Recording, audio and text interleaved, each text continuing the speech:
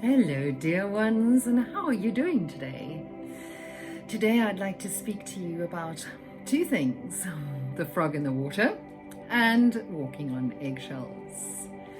Now, we know that we're on this beautiful journey of self-love, this journey of learning who we are, because knowledge is king, isn't it? We're knowing who we are means that we can love who we are. And when we know and love who we are, then we can respect who we are. And once we respect who we are, then we will not let anybody else disrespect ourselves, because the relationship that we have with ourselves is the most important relationship that we will have in this lifetime, and probably in any other lifetime that comes or has come before. So yes, I know that it is a myth, the whole story with the frog in the water. Now, if you don't know, there is a story that goes, if you put a frog into a pot of boiling water, it's going to be hot, so immediately the frog will jump out. However, if you put a frog into a pot of cold water and very, very slowly, very, very gently increase the temperature and increase it until the water is boiling, the frog may not necessarily even notice it and may not even jump out at any stage. Now, apparently in practice, that is not exactly how it happens. But let's use it as an analogy, because everybody knows what that particular thing means. When you find yourself in a situation and you find yourself conceding, whether it be at work, whether it be in a relationship with a friend, whether it be in a relationship with a partner, if you find yourself little bit by little bit, just like Chinese water torture, I believe that in a certain war, a torture method was used where the person was laid down or laid flat, or let's say just put into a position where they couldn't move and they had to be in that particular position all the time. And a water droplet was dropped in the same place on their body for a long time, years. That one little water droplet, it would eventually erode even the person's skin. When we are eroded, when our resolve is eroded, when we are in a relationship and we turn a blind eye to things that we know are not respectful of ourselves and are not loving of ourselves, and we say, oh, it's okay, I understand how that person's feeling, so I'm just putting myself into their shoes at the moment, and I'm understanding, and I'm diminishing myself for that moment. It's like the temperature of the water that's turned up just a little bit. And then there's something else, and something else, and something else, and something else. And eventually you've created this habit of non-self-love. And you've put somebody else's needs above yours. And when you find yourself eventually having enough and you have the courage to terminate that particular relationship, and you get out of it and you have this perspective, it's quite incredible what you realize you've allowed yourself to experience.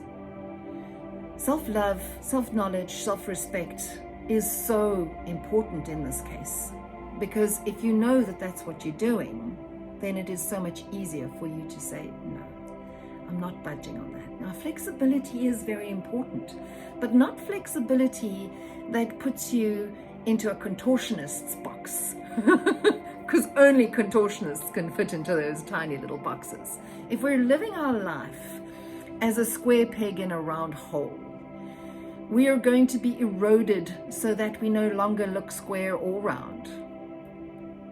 Folks, please love yourself enough that even if it is a memory that is doing this to you, if you have a very bad past experience, and you are putting it away, like in our shadow selves, where we put it into the closet and we close the closet, and we hope that nobody comes to visit and opens it all up, because it's all going to fall out on top of us. When we leave our shadows there, they definitely do not stay there. When we do not acknowledge our shadow self and the stuff that we put into our closet, it doesn't mean it's gone away. Just because you ignore it doesn't mean that it's gone.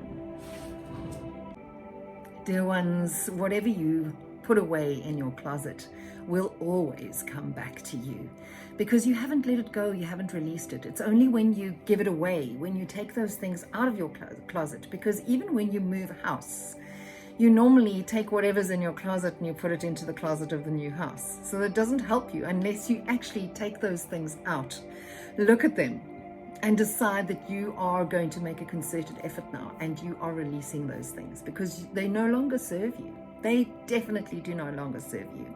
And in some cases, you might even find that they will pop up not only in your subconscious. Maybe they come up as scolds. Maybe they come up as something that says to you, I'm not good enough. This is not perfect. You might find yourself even becoming a little bit OCD about certain things.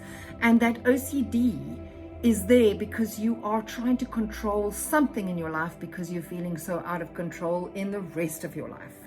So, dear ones, do not let it get to the point where you're having nightmares about things that you haven't let go. Whatever has happened in the past is in the past. It's now no longer time to scold yourself. Now is the time to actually forgive yourself. And remember, and I keep saying this and I'm going to repeat it again, forgiveness is not condoning the act that was perpetrated against you. Forgiveness is choosing not to be a vessel to hold on to the energy of that act, to the negative emotions that are surrounding that act. If something happened to you, it wasn't your fault. And if you did something, then forgive yourself. If you didn't do something, forgive yourself.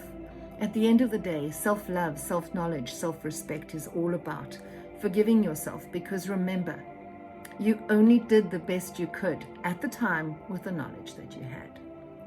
Okay, so now we've spoken about the frog in the water. We're not going to keep up with this torture that is like a drip, drip, drip on a huge basalt intrusion.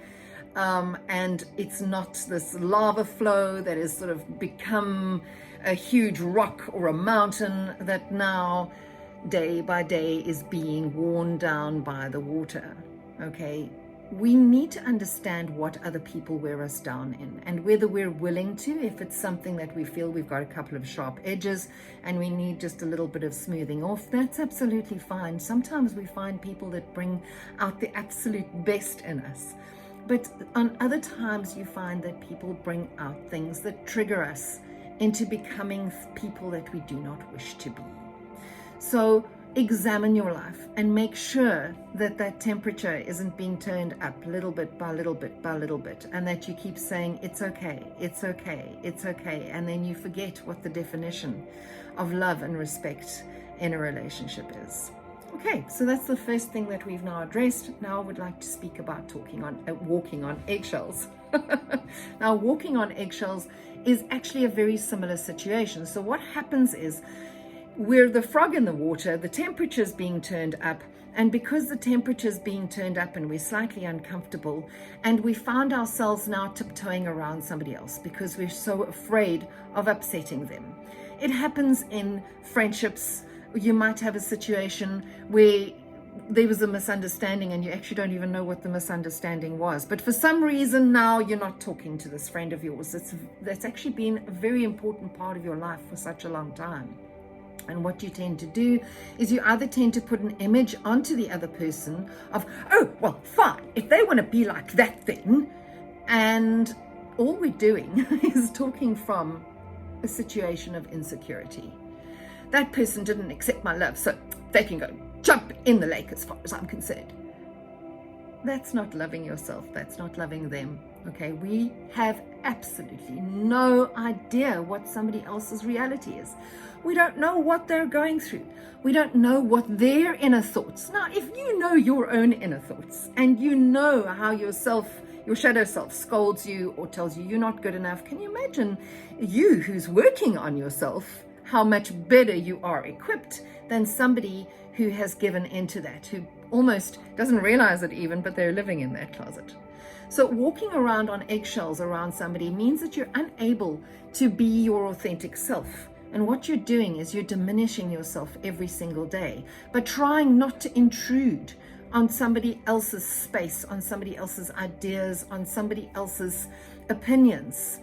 And you're in the process, you're actually erasing and completely effacing yourself in that process.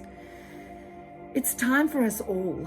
This is a revolution of self-love, where we need to stand up and be authentically ourselves in a way that still sends out love and light. No judgment to anybody else, but that starts with I, doesn't it? When we judge ourselves, it's so much easier to judge somebody else. It's so much easier to look at that person and judge them either on their actions, on their clothing. I've spoken about judging a book by its cover already. And if we do not understand somebody wholly and solely, we automatically assume things about them. And that, of course, doesn't sit right with our 4 agreements either. Never assume, because you do not know what the other person's reality is. You have no idea what that person is going through. If you perhaps have a driver that pulls out in front of you and almost causes an accident, and your immediate reaction is, "You didn't see me. Why didn't you see me? I'm here. Didn't you look? I look. Why didn't you look?" And you have this situation of being angry. Let it go. Let it go. The other person doesn't even know. They're not even aware of you. You don't know if that person was rushing to the hospital. You don't know if that person is perhaps a taxi driver who is living on the bones of their ass and is in debt to perhaps their principal, or perhaps they just don't even care and they're so arrogant and full of themselves that they do whatever they want anyway. So what? So what? If nothing happened, that's okay. And if something happened, that's also okay. At least lives were not lost. Okay, we need to be grateful for each and everything that we have in our lives. The good experiences as well as the bad, because even the bad experiences are there to teach us lessons.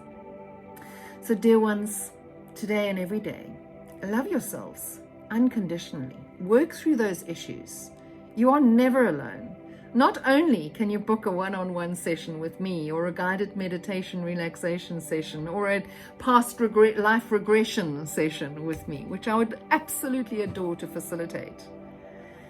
Anything that helps you with your healing, because your healing heals the world. Start with yourself.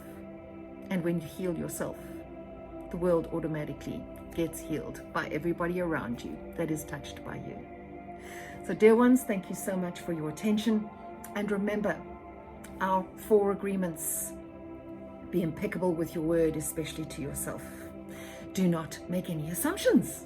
Do not take anything personally, because other people's lives and worlds are not about you. Only you. Your life is about you. And always do your best. And then our 5 Reiki principles, just for today, do not worry. The universe has our back. Trust. Just for today, do not be angry, because you give your power to that thing that's made you angry. Does it really deserve any more of your power? Just for today, work honestly and hard on yourself, and do your work with integrity.